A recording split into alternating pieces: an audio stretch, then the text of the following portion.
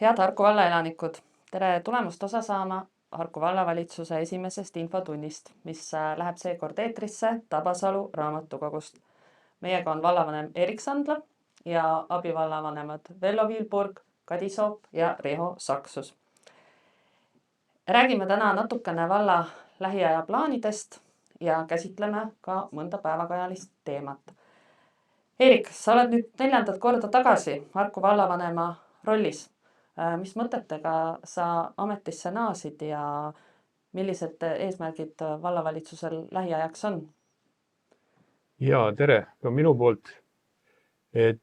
Naasin tõesti 4. korda ja sellepärast just, et mitmed asjad, mis sai algatatud, on pooleli jäänud ja tunnen, et praegu peaks nende asjadega ilusti edasi minema ja lõpule neid viima.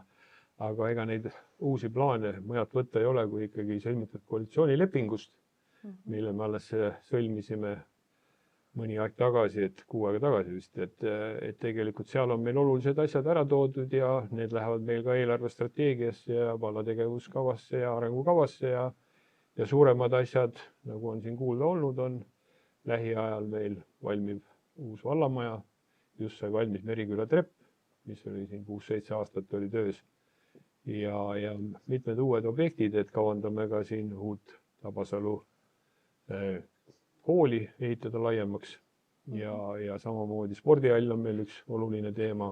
Tegeleme ka lasteaiakohtade puuduse likvideerimisega, mis on omavalitsuse ülesanne. Ja nii me vaikselt siin liigume. Aitäh! Palun tutvusta meile ka lühidalt seda meeskonda, kellega sa tööle oled asunud.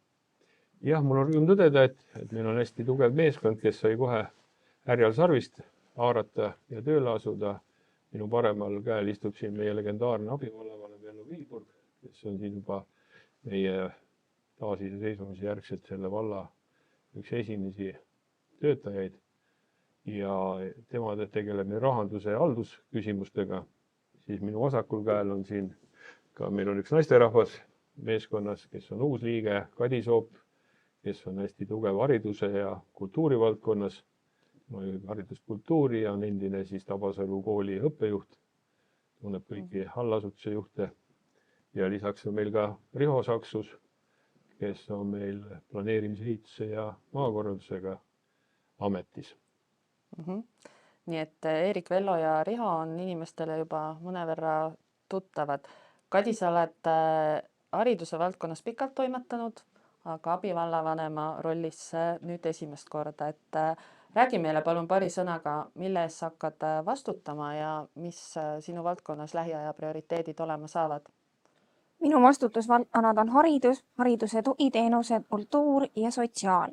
Ja endasti lähiaja suuremas väljautse saab Tabasalu progümnaasiumi rekonstrueerimine, mis on siis kahtlemata suur logistiline väljautse, aga ühtlasi tuleb edasi tegeleda sellega, et kõikidel lastel oleks tagatud koolikohad, sõltumata sellest, milline õppekava neile määratud on. Üle vajab vaatamist hariduse tugiteenuste osutamise loogika, siiamaani on aluseks olnud rühmade arv või siis klasside arv, aga tegelikult ei ole lähtutud laste tegelikest vajadustest. Aitäh, Kadi! Vello Viilburg, sa oled üks staažikamaid Harku vallavalitsuse liikmeid. Mille eest sa oma valdkonnas hea seisad? Ja minu valdkonnad on siis rahandus ja haldus, nii nagu vallavanem ütles. Haldus siis jaguneb selleks siis taristuehitus, kõik muud vallamajanduse teemad, mis selle alla kuuluvad. Ja seisan selle eest et meil jätkuks raha ka tulevikus, et me saaksime toredaid investeeringuid teha ja vallale vajalikke asju mõistlikult valmis ehitada. Aitäh! Riho Saksus, sina oled ka varem Harku valla tegemistesse panustanud, et millest sa oma valdkonna juhtimisel lähtud ja mis asjad sa kindlasti ära tahaks teha? Ja Harku valla juhtimisse siis nii-öelda kõigepealt volikogu tasandil ma olen panustanud aastast 2017 ja siis 24 ja 25 aastal sai üle aastaga oldud siis abivallavanema ametis. Nüüd siis uuesti valdkonnaks on planeerimine ja ehitus praegu samamoodi ja see suur eesmärk on võimalik kokku võtta 3 sõnaga. luua paremat elukeskkonda. Ja sinna kõrvale tuleb panna siis mitte vähem tähtsam eesmärk on see, et hoida seda tasakaalu meie imelise looduskeskkonna ja siis selle keskkonna vahel, kus toimetavad ja elavad inimesed. Aitäh, Riho. Lähme nüüd ka konkreetsemaks ja käsitleme teemasid, mille vastu valla elanikud on huvi tundnud. Mõni märksõna käis siin juba ka läbi. Riho, Harku valla elanikud peavad lugu tervislikest eluviisidest ja armastavad sportida. Pikalt on olnud õhus spordihalli rajamise idee, et oskad sa öelda, kaugel selle mõttega hetkel ollakse ja millised plaanid selles küsimuses on? Ja Harku valla inimestele meeldib väga liikuda ja meil on selleks siin suurepärased võimalused, aga viimane selline suurem sporditaristu objekt mis valmis oli aastal 2017 Tabasalu staadion. Ja tõepoolest peale seda on siis pikalt olnud õhus jutt ka, et meil võiks olla ka selline spordihall, mis parendaks kõvasti talviseid treeningtingimusi nii lastel, noortel kui ka täiskasvanutel ja ärme unusta ära, et ka treenerite töötingimusi. Nüüd selle spordihalliga on jõutud siis nii kaugele, et sellest on olemas eelprojekt ja nüüd, kui me saame siin eelarvestrateegia ilusasti ära kinnitatud ja arengukava, siis on võimalik sellel sügisel see spordihall ka ära projekteerida ja kui eelarvelised vahendid on olemas, siis loodetavasti saab järgmine aasta selle ehitusega alustada. Aitäh. Kadi, elanikud on küsinud lasteaia kohatasude kohta. Kuidas sa seda kommenteerid? Harku vallal ei ole lähiajal plaanis lapsevanemate kohatasu osa kaotada ja see kohatasu, mis tuleb lapsevanemate poolt, on siis vajalik enne selleks, et jätkuvalt tagada siis lasteaia töötajatele vääriline palk ning osutada neile niisuguses mahus nagu täna hariduse tugiteenuseid. Aitäh. Vello, millist rolli mängib iga uus maksumaksja valla eelarves? No kindlasti on iga uus maksumaksja Harku vallale teretulnud, et täna on Harku valla eelarve suurus või eelarve maht 70 miljonit eurot peaaegu ja sellest me ise teenime kusagil üle 50 miljoni euro. Paraku on mure see, et hästi palju on seal sees laenatud raha. Nii nagu siin Riho ja Kadi ütlesid, meil on suured plaanid, me peame jälgima seda, et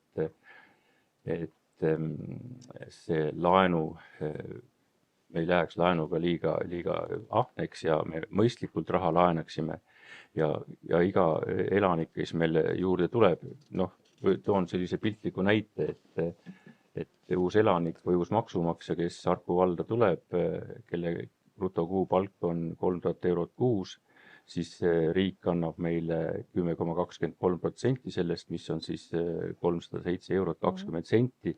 Kui me paneme selle aastasummasse ringi, siis on 3682 eurot.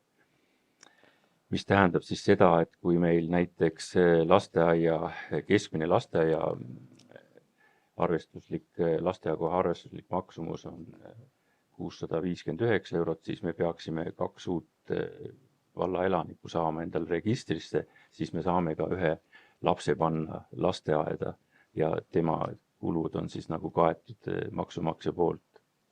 Aitäh. Jätkates lastega seotud teemal, et aktuaalne on Tiskre lasteaia küsimus, et oskad sa seda kommenteerida, mis plaanid on? No kui valimised läbi said ja Isamaa need võitis, siis tegelikult me ju kinnitasime oma plaanid, kus oli ette nähtud, et Tiskresse tuuakse alasniidu moodulid ja sinna ei ehitata püsivalt sellist lasteaeda, mis oleks nagu, ma ei tea, siis nagu betooni valatud, jah. Ja kui tuli uus valitsus, siis nad muutsid seda põhimõtet ja läksid teist teed mööda, aga praegu, kui me saime uuesti võimule, siis me ikkagi üritame selle lahendada niimoodi, et me toome need alasniidul olevad moodulid Tiskresse, paneme selle lasteaia moodulites püsti ja lapsed saavad ilusti sinna oma kohad. Aitäh. Erik, eelmisel nädalal avati kauaoodatud Meriküla trepp, et tegemist on kohaliku kogukonna jaoks olulise ühendusteega, kuid osad kohalikud inimesed on väljendanud pisut muret, et mis saab, kui suvi toob väga palju külastajaid, et kuidas sa seda kommenteerid? Enne kui ma vastan selle küsimusele, ma kommenteeriks veel seda Vello poolt lisatud asju, et lasteaega seoses, et ma lisaks seda veel, et mitte ainult mooduleid ei too, vaid meil on praegu ka käivitatavas Tiskre koolis vaba pinda esialgu esimestel aastatel, et me toome Alasindu lasteaia rühma, toome siis isegi 2 rühma, vist toome, 2 koolieelikute rühma. toome Tiskre kooli, et nad saavad väga head tingimused ja teised lähevad siis moodulitesse, nii et tegelikult on päris head tingimused ja me ei jäta seda Tiskre lasteaeda kindlasti välja oma arenguplaanidest, aga lükkame selle mõneks ajaks edasi, et natuke nagu Vello ütles, et säästa meie eelarvet. Aga vastates nüüd selle trepi teemale, siis Meriküla trepp oli tõesti ka üks Isamaa ammune valimislubadus, mida me hakkasime teostama juba 2019. aastal, 2020. aastal leidsime arhitekti, kes oli sarnaseid objekte ennem projekteerinud, kuigi sinna juurde see lift oli natukene selline eriprojekt, mida ei ole sarnast Eestis palju tehtud minu teada, kui üldse. Ja lõpuks siis, kui nagu ikka protsessid käivad, et teed mingi projekti, siis sa pead seda ka avalikult avalikustama, sest muidu see tekitab pärast pahameelt, aga meie saime selle pahameele tormi kohe üle elatud 5 aastat.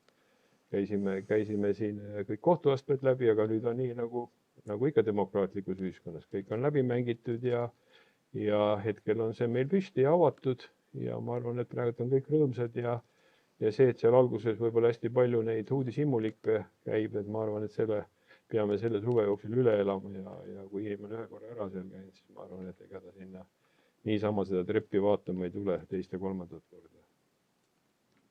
Aitäh!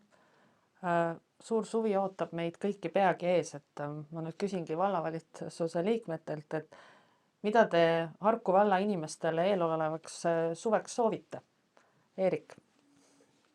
Harku vallas on hästi palju selliseid toredaid üritusi see suvi. Kõigepealt ma kutsuksin kõiki vallaelanikke meie üritustest osa võtma. Kalender on leitav valla kodulehel.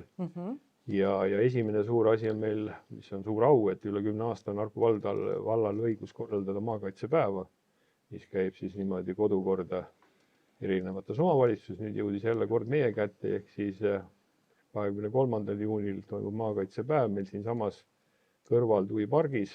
Pärast seda õhtul toimub kogu rahvale jaanituli ja eraldi siis tulevad meil külade päevad veel juulikuus, mis on traditsiooniks saanud. Lisaks on meil ka traditsiooniline Tabasalu päev, kus me tähistame Harku valla 35. aastapäeva ja lisaks siis muud asjad, nagu ma ütlesin, et vallamaja valmimine juba 1. augustil toimub ja Tiskre kool saab ka sügiseks valmis. Nii et tere tulemast Harku valda, siin on tore elada, nagu siin keegi ennem ütles. Et sellepärast ka mina siia valda kunagi kolisin, et siin on nii loodus kui ka kõik töökohad ja muud asjad on tasakaalus. Kadi, mida sina suveks soovid inimestel? Palju lahedaid lugemiselamusi ja selle jaoks külastage meie imeilusaid Harku valla raamatukogusid. Riho? Mina soovin kõigile muidugi ilusat suve. Tulge kindlasti, nagu vallavanem ütles, meie üritustele ja liikuge hästi palju värskes õhus. Tehke sporti ja olge terved. Vello, mis sa soovid inimestele? Kõik head asjad öeldi ära, et ma ütlen siis seda, et kui pikad puhkused on ees, siis võib-olla peab mõtlema ka sellele, et raha tuleb mõistlikult kasutada, eks ole, on ju, ei tasu teha niisuguseid mõttetuid oste, võib-olla mõttetuid kulutusi, nii et see tuleb alati inimestele kasuks ka Harku valla elanikele. Selge. Aga lõpuks me tahaksime kõik soovida koos, et ilusat suve valla rahvale, et tohime seda koos teha, eks ole. Aga ütleme siis koos ilusti. No nii, 1, 2, 3. Ilusat suve!